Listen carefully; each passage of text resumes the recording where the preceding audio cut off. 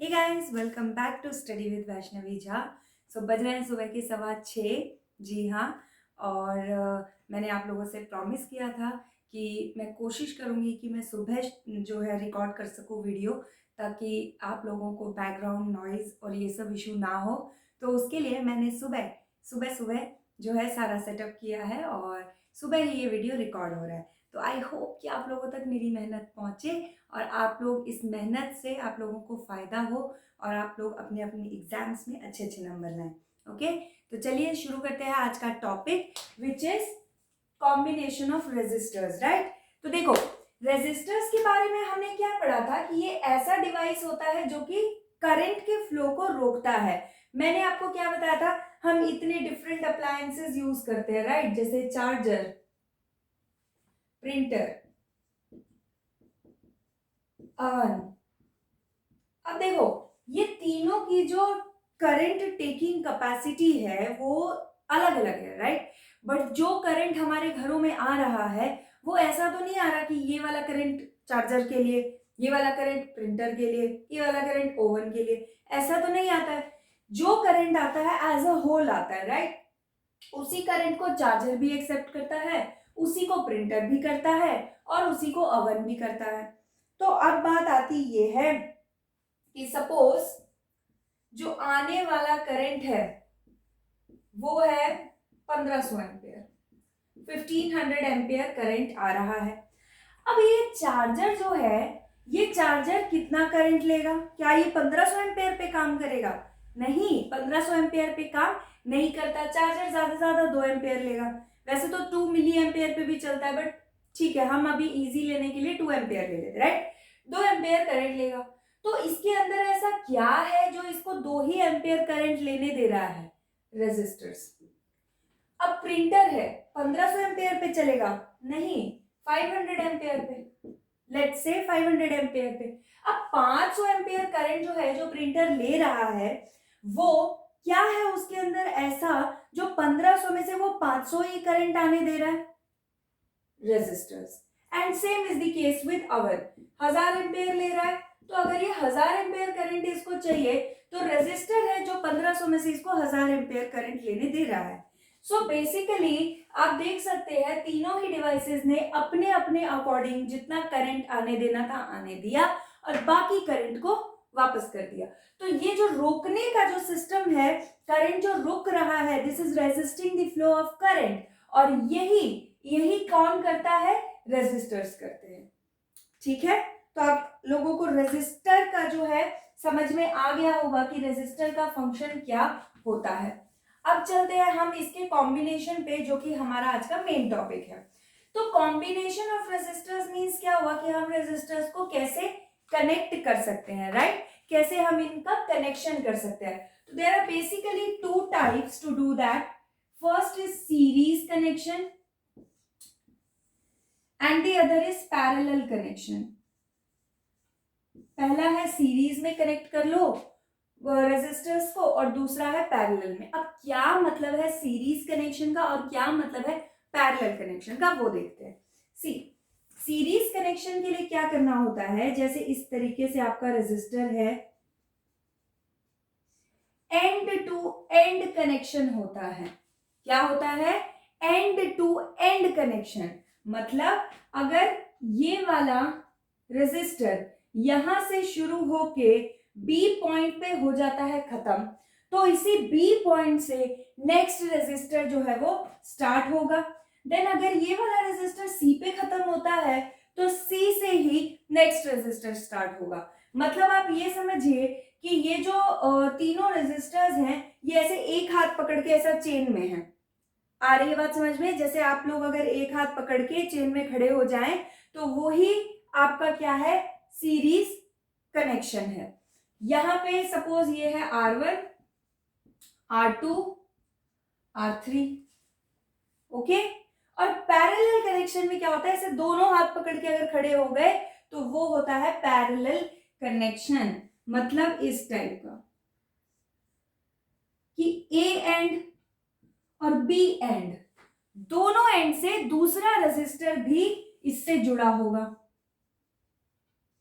And similarly तीसरा resistor भी दोनों एंड से जुड़ा होगा। ये है पैरेलल कनेक्शन। समझने की कोशिश करना सीरीज रेजिस्टेंस में क्या हो रहा है। देखो ये है एक रेजिस्टर, तो ये है दूसरा रेजिस्टर, ठीक है, और तो फिर ये है तीसरा रेजिस्टर, इस तरीके से। ओके, और पैरेलल कनेक्शन में क्या हो रहा है, पैरेलल कनेक्शन में ये यहाँ शुरू है यहाँ खत्म है, तो दूसरा ऐसे लगा हुआ है और दोनों आपस में कनेक्टेड है, और सिमिलरली तीसरा भी। तो मतलब कहने का क्या है कि इसके अंदर जो दोनों एंड्स होते हैं वो एक दूसरे से अटैच्ड होते हैं, और सीरीज में सिर्फ एक ही है एंड जो है वो दूसरे से अटैच होता है। तो ये कनेक्शन है। कुछ और बातें हैं इसमें, जो मोस्ट इंपॉर्टेंट बातें हैं वो क्या है लिख लेंगे। पहली बात तो बहुत लाइट चल रहा है, ये वाला लिखती हूँ। देखो पहला जो इंपॉर्टेंट स्टेटमेंट है लिखने के लिए वो ये कि resistors are connected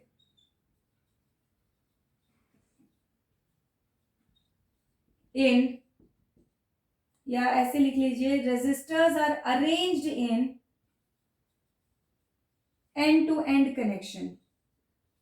and to end connection कैसे अरेंज है, एंड टू एंड कनेक्शन में अरेंज है। ओके, और दूसरे वाले में resistors are arranged such that both the ends are connected. Both the ends of each resistor are connected.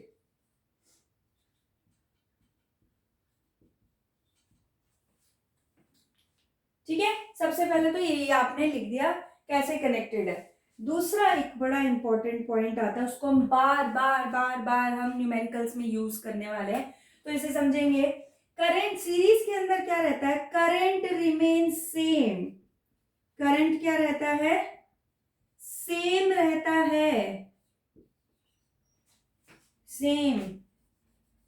दम पटाखे जला लो यहाँ पे। करंट क्या रहता है, सेम रहता है, यानी कि इसमें भी करंट अगर आई जा रहा है तो R2 में भी करंट आ ही जाएगा। कहने का मतलब अगर 10 एम्पियर करंट जो है वो इस डिवाइस में जा रहा है तो 10 एम्पियर इसमें जाएगा, 10 एम्पियर इसमें जाएगा। समझ लो ना बात को, जो करंट है वो सब में सेम जाता है। और पैरेलल में potential difference remain same. Potential difference जो है पैरेलल में वो क्या रहता है, सेम रहता है, करंट चेंज हो जाता है। ठीक, यहाँ पे जला लो पटाखे, इधर भी जला लो पटाखे, ताकि दिमाग में एकदम भर जाए।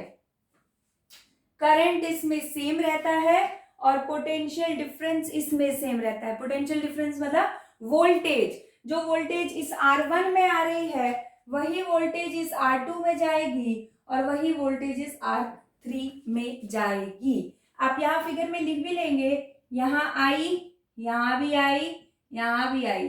कहाँ आई, क्या आई, करंट आई, किसमें, R1 में, R2 में, R3 में। ठीक है, और कितना current I, I current I. Okay, parallel में क्या होता है, पैरेलल में यहां भी V, यहां भी V और यहां भी V। अब आया होगा दिमाग में, चलो ये तो ठीक है, बट फिर इसमें पोटेंशियल डिफरेंस का क्या होता है और इसमें करंट का क्या होता है, तो देख लेते हैं।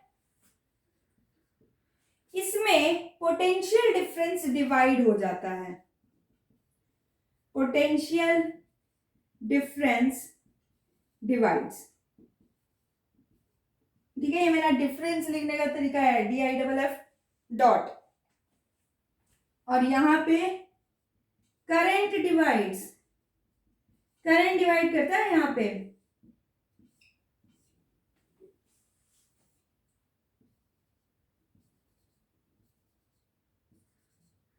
है ना, यहाँ पे पोटेंशियल डिफरेंस डिवाइड करता है सीरीज में। यानी कि अगर R1 में जा रहा है V1, R2 में जाएगा V2 और R3 में जाएगा V3, और यहां पे करता है करंट डिवाइड, यानी यहां जाएगा I1, यहां जाएगा I2 और यहां जाएगा I3।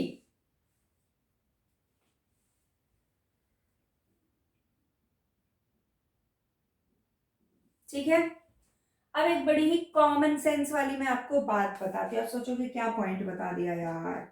देखो ये V, जैसे मान लो ये तो अभी आपने सिर्फ एक रिप्रेजेंटेशन किया है रेजिस्टर्स का, राइट। इसको जब भी आप सर्किट में लगाओगे तो एक बैटरी तो दोगे बेचारे को, है ना। ऐसे तो नहीं चलने के लिए छोड़ दोगे, बैटरी तो देनी ही पड़ेगी, तभी करंट निकलेगा। तो जो आप बैटरी प्रोवाइड करेंगे वो जितने भी वोल्ट की आप बैटरी देंगे वो इन सब के बराबर है। मतलब समझ रहे हो, देखो जैसे आपने मान लो 10 वोल्ट की बैटरी दी तो ये 10 वोल्ट ही डिवाइड हो जाता है। मतलब हो सकता है यहाँ 2 वोल्ट चला गया हो सकता है यहाँ 4 वोल्ट चला गया हो, और हो सकता है यहाँ भी 4 वोल्ट चला गया हो। अब देखो 4 + 4 + 2 कितना हुआ, 10 वोल्ट हुआ ना। कहने का मतलब ये कि ये जो आप टोटल बैटरी दे रहे हो, बैटरी का टोटल पोटेंशियल डिफरेंस ही यहाँ पर डिवाइड हो जाता है। इसीलिए V नेट जो आता है या V टोटल, कुछ भी आप लिख सकते हैं, वैसे V नेट बेस्ट है बट आप कुछ भी लिख लीजिए, V टोटल और V नेट मैं दोनों लिख देती हूँ। हाँ, V1 + V2 + V3 के हमेशा इक्वल होता है। ऐसा नहीं होता कि आपने 12 वोल्ट की बैटरी दी लेकिन इन तीनों रेजिस्टर में मिला के 15 वोल्ट जा रहा है, ऐसा नहीं होता है। ठीक है, तो ये हुआ। And same is the case with parallel connection also. क्या केस है देखो, I1 I2 I3, यानी कि अगर टोटल बैटरी में से जो करंट निकल रहा है वो अगर 10 एम्पियर करंट है तो वो 10 एम्पियर ही यहाँ डिवाइड हो रहा है। हो सकता है यहाँ 6 एम्पियर गया हो सकता है यहाँ 2 एम्पियर गया हो और यहाँ 2 एम्पियर गया हो। अब दो सबको ऐड करके आपका 10 एम्पियर ही वैल्यू आएगी।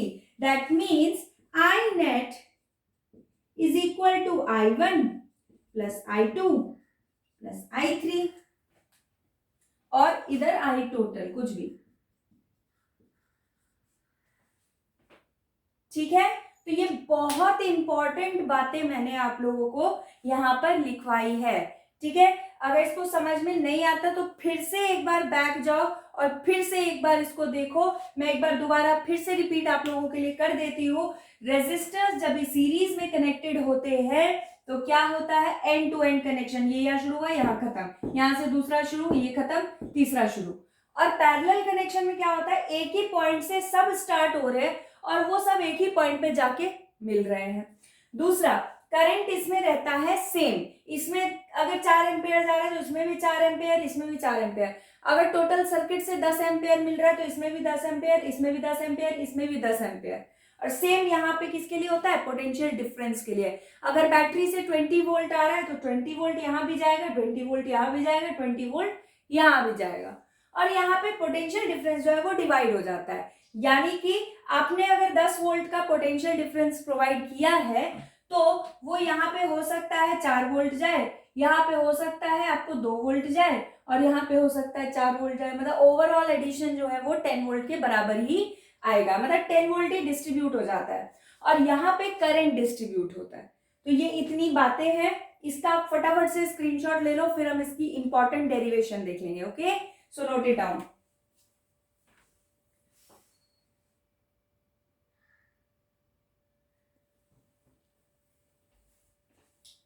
ओके, तो देखो यहाँ पे आप लोगों को कुछ स्टेटमेंट्स दिख रहे होंगे। एक्चुअली में क्या है, ये है डेरिवेशन। किस चीज का डेरिवेशन, कि अगर रेजिस्टर्स सीरीज में कनेक्टेड होंगे तो हम नेट जो टोटल रेजिस्टेंस है उस सर्किट का वो कैसे निकालेंगे, राइट। अगर रेजिस्टर्स पैरेलल में कनेक्टेड होंगे तो उस केस में हम उस सर्किट का टोटल रेजिस्टेंस कैसे निकालेंगे। तो अब हम वो करने वाले, फॉर्मूला डिराइव करने वाले। तो ये है डेरिवेशन जो कि आपके पेपर में आ सकती है for almost 3 marks. Okay, 3 number तक में ये आपके पेपर में डेरिवेशन आ सकती है।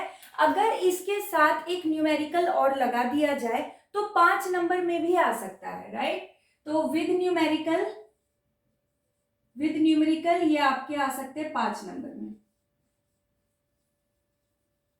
जैसे मैं मार्क्स बताती हूँ ना, तो आप मार्क्स भी नोट कर लिया करो। इससे क्या रहता है, जब भी आप कॉपी में रिवाइज करने के लिए उसको खोलोगे तो आपको ये पता रहेगा कि अच्छा ये टॉपिक 3 से 5 नंबर में आता है, तो इसको तो मतलब छोड़ना ही नहीं है, राइट। तो वो आप नोट कर लिया करें। अब चलो फटाफट से स्टार्ट करते हैं बिना टाइम वेस्ट किए। पहला केस में हमने अज्यूम किया है 3 रेजिस्टर्स हैं R1, R2, R3। हाँ, अच्छा, और तीनों से जो करंट, जैसा कि मैंने लास्टली अभी आपको बताया कि सीरीज में करंट सेम रहता है, करंट सेम रहता है, तो इसका मतलब यहां से अगर आई करंट निकला है तो यही आई करंट यहां भी जाएगा, यही आई करंट यहां भी जाएगा, और यही आई करंट यहां भी जाएगा, और यही हमें एमीटर में शो होगा, एक ही रीडिंग आएगी। इसीलिए आपको पढ़ाया था मैंने कि एमीटर हमेशा सीरीज में कनेक्टेड होता है। याद आया? ये आपको मैंने बताया था थर्ड लेक्चर में कि एमीटर जो होता है वो सीरीज में कनेक्टेड होता है। और क्यों होता है? क्योंकि सीरीज में करंट की वैल्यू रहती है सेम। तो अब करंट की वैल्यू सेम रहती है तो पूरे सर्किट में एक ही करंट है, तो वो एमीटर शो करता है। ठीक है, अब देखो यहाँ पे ये हमारे पास है। अब हम क्या करते हैं, मैंने आपको एक चीज लिखवाई थी पीछे कि V net is equal to V1 plus V2 plus V3, क्योंकि सीरीज में क्या होता है कि पोटेंशियल डिफरेंस डिवाइड हो जाता है। देखो इसमें भी वोल्टमीटर लगा है, इसमें भी वोल्टमीटर, इसमें भी, इसका मतलब तीनों का जो पोटेंशियल डिफरेंस है वो डिफरेंट है। तो V1, ये V2, ये V3, इन तीनों का सम ही हमारा टोटल V है, राइट। तो चलो अब इसको सॉल्व करते हैं। आप लोगों को मैंने ओम्स लॉ पढ़ा ही दिया है। ओम्स लॉ क्या होता है? V is equal to I R, right. तो पहले रेजिस्टेंस के लिए V1 की वैल्यू कितनी होगी?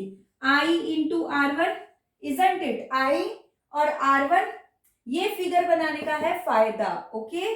देन सेकेंड V2 के लिए I into R2 plus V3 के लिए I इंटू R3।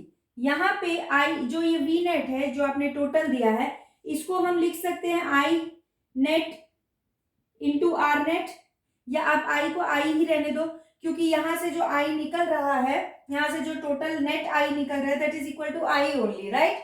तो एक काम आप कर सकते हैं, या तो यहाँ I नेट लिखिए, अगले स्टेप में आप इसे I बना दीजिए और R नेट को R नेट ही रहने दीजिए। यहां से I ले लेते हैं common, R1 plus R2 plus R3, right. I से I हो गया कैंसल, R नेट की वैल्यू कितनी आ गई? सम R1 plus R2 plus R3. So this is the formula to calculate total resistance when resistors are connected in what? In series connection. Okay? Similarly चलते हैं इस पे। यहाँ पे क्या है आपका? Parallel connection. और पैरेलल कनेक्शन में मैंने आपको क्या कहा? That V remains same. यानी यहां से अगर V निकला है तो यहां भी V पोटेंशियल डिफरेंस, यहां भी V और यहां भी V, लेकिन करंट डिवाइड होता है। तो इसका मतलब अगर यहां से I करंट निकला है तो ये करंट यहां आया और यहां आके डिवाइड हो गया, 3 रास्ते चला गया। यहां जाने वाला करंट है I1, चलो यहां लिख लेते हैं, आपको समझ भी आएगा। I1, I2, I3, right. तो मैंने आपको क्या बताया लास्टली कि I जो होता है टोटल, यानी I net, that is equal to I1 plus I2 plus I3, isn't it? ये लिखवाया था। अब देखिए यहाँ पे I net, Ohm's law, V is equal to IR होता है, तो I कितना होगा? क्या V by R नहीं होगा? बिल्कुल होगा।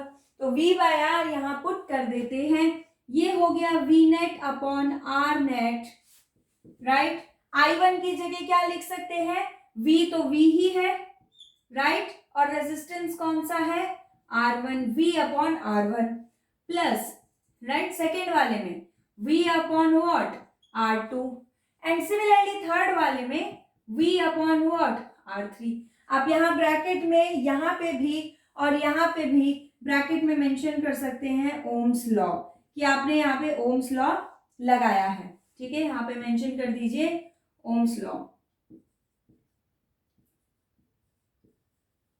ओम्स लॉ, ठीक है।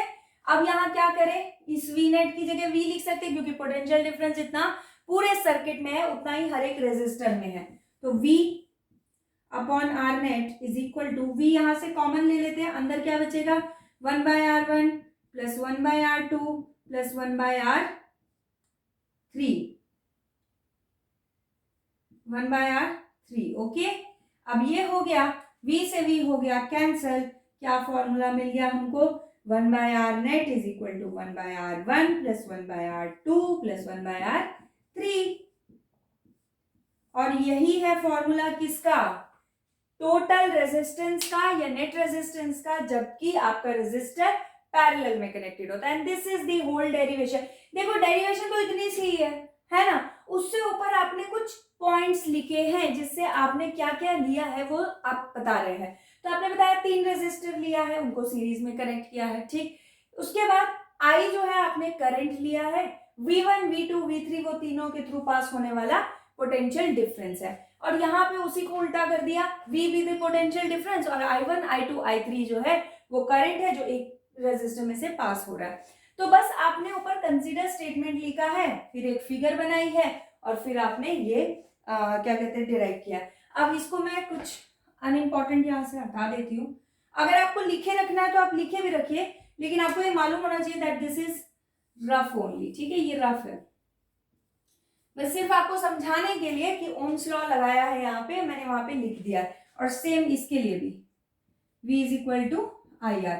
आप अपना यहाँ पे ना इस टाइप से ऐसे पॉपअप बना लो, ठीक है, मैं भी यहाँ पे बना देती हूँ आप लोगों के लिए, ताकि आप लोग के लिए थोड़ा सा ये रहेगा कि आपके दिमाग में रहेगा अच्छा ये ऐसे हुआ।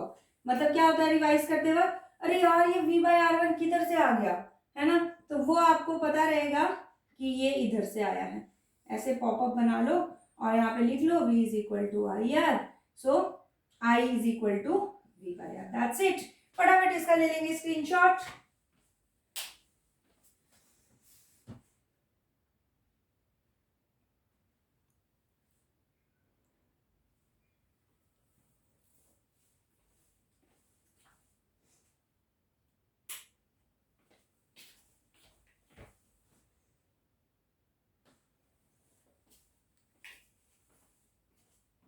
ओके, सो ये हुआ हमारा टॉपिक खत्म डेरिवेशन का।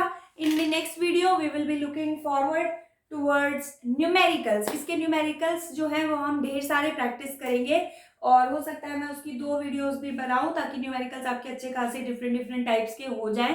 ओके, सो इस वीडियो के लिए इतना ही, बाकी हम जल्द ही मिलते हैं नेक्स्ट वीडियो के साथ। आप लोगों को अगर मेरा समझाया समझ आया हो तो इस वीडियो को लाइक शेयर सब्सक्राइब जरूर करें, ठीक है। मेरी मेहनत जो है उसको आप लोग पढ़ें और उसको अपने एग्जाम्स में इम्प्लीमेंट करें और अच्छे अच्छे नंबर लाके मेरी मेहनत को सफल कर दीजिए। ओके, सो जल्दी मिलते हैं नेक्स्ट वीडियो में। Till then take care, bye bye.